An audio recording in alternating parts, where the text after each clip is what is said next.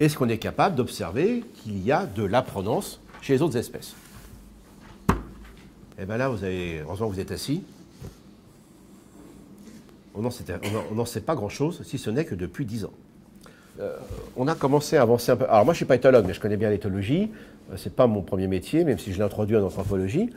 Et c'est là qu'on a commencé à regarder s'il n'y avait pas des effets de groupe. Et s'il y a un effet de groupe, donc il peut y avoir invention, c'était un nouveau comportement, sélection, donc sa diffusion, et ensuite transmission, ça s'appelle une culture.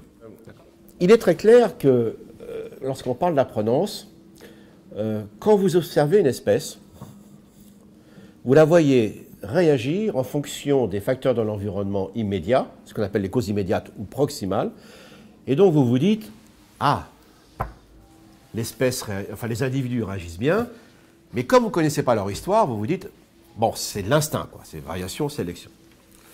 Imaginez que vous êtes dans la peau maintenant d'un anthropologue martien, vous avez un billet pour la finale de Roland-Garros, vous voyez Nadal qui joue, vous vous dites, vu l'automacité des gestes, quel instinct? Quel instinct? Parce qu'en fait, visuellement, on ne peut pas résoudre le déplacement de la balle. Donc. Et vous savez bien que c'est de l'entraînement. Mais si vous ne connaissez pas l'histoire de Nadal, vous vous dites, c'est une machine à renvoyer des balles. Et ce qu'on sait maintenant dans les sciences cognitives, c'est que quand vous commencez à apprendre quelque chose, là c'est notre cerveau, hein. Au départ, vous essayez d'apprendre, donc il y a deux mécanismes pour l'apprentissage. Premièrement, des neurones qui sont ici, qu'on appelle les neurones miroirs. Alors au début, qu'est-ce qui va se passer?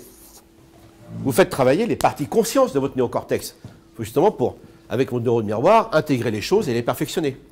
Mais ce qu'on sait, c'est qu'au fil de l'apprentissage, eh bien, vous allez avoir ensuite deux circuits qui sont très complexes. Un circuit profond, c'est-à-dire que plus vous êtes apte et performant dans une aptitude, et vous le savez bien, hein, parce que vous avez intégré dans des circuits que vous croyez être réflexes, mais qui sont acquis. Donc même ces circuits sont liés à l'apprentissage. Et ce que fait un joueur de tennis, c'est qu'effectivement, pendant qu'il monte sa stratégie, ben, il fait fonctionner ces circuits qui sont liés à l'entraînement, etc. Et par contre, le point gagnant, il va faire travailler son néocortex. Voilà. Donc ça fonctionne comme ça. Donc nous avons plusieurs circuits.